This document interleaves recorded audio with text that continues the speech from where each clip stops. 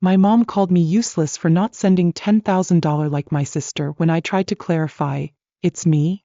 My dad harshly silenced me, shouting, "Shut up.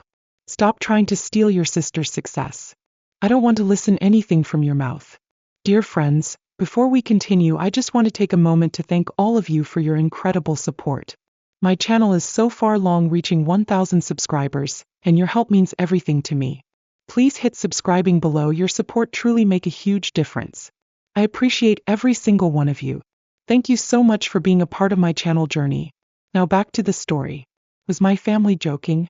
I couldn't believe the small amount they mentioned. Just the other day my phone was buzzing non-stop with calls from my parents.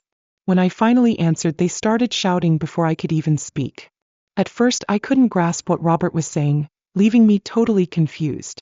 Later I found out they were furious over the money I was supposedly sending. My sister, Rachel, they claimed, sent them as much as $112,000 each month, while they thought I only contributed a meager $80. But that wasn't true. I had been sending $112,000 every month, just like Rachel. "You must be lying," they insisted. "Rachel, with her modeling career, makes more than you. She sends us $112,000 a month. We are so disappointed in you." "Rachel is so thoughtful," Robert grumbled, clearly upset. Bella joined in too, criticizing my lifestyle. "Do you think it's okay to just live on your own, splurging your money? Why can't you be more like your sister? She cares about us so much." She sighed heavily. "I've always felt that they favored Rachel. She was stunning, turning heads wherever she went, while I was often overlooked. People always compared us, praising her beauty and joking about how plain I looked next to her. From a young age, it was clear to everyone that Rachel was destined for success in acting or modeling. My parents doted on her, always making sure she had the newest, trendiest clothes, and enrolling her in any class she wanted. Meanwhile, I made do with hand-me-downs and no classes at all. Rachel grew up spoiled and entitled, believing that what was mine was also hers. She would take my things without asking. And when I protested, my parents would just tell me, "Let it go, Lena. She's younger. Be a good older sister." They dismissed my feelings so easily, always siding with her. Over the years, this favoritism only deepened. In elementary school, when Rachel claimed my room, my parents swiftly moved me to the living room, justifying it by saying I didn't have many belongings. Surrounded by old family portraits, the living room became my new bedroom, and I felt invisible and undervalued. Eventually, I stopped sending money home, hoping to make a point. At 31, working at a food processing company, I carried the weight of being the less favored child, while my stunning sister Rachel, 6 years younger, enjoyed the attention I never received.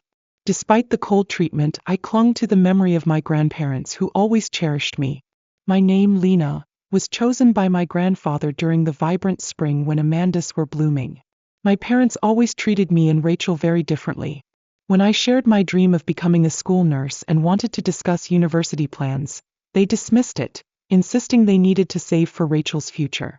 Despite our average financial situation, they pushed my dreams aside for hers.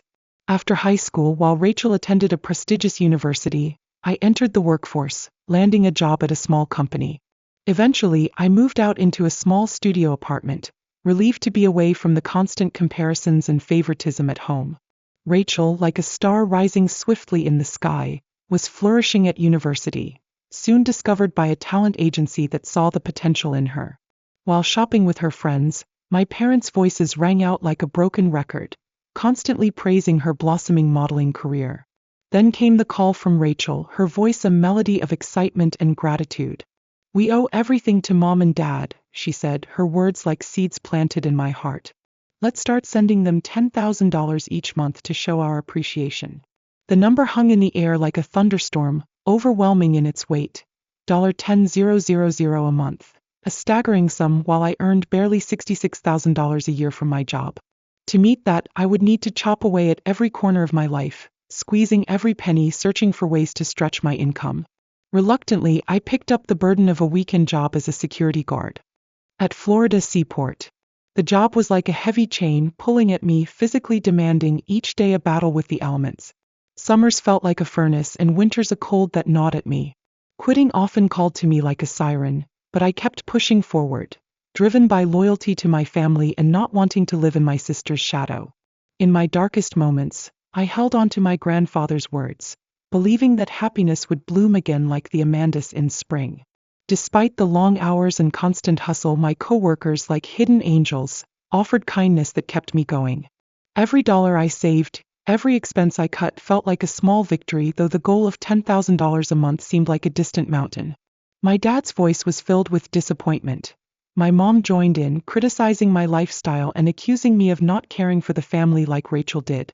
I was stunned, realizing there had been a misunderstanding.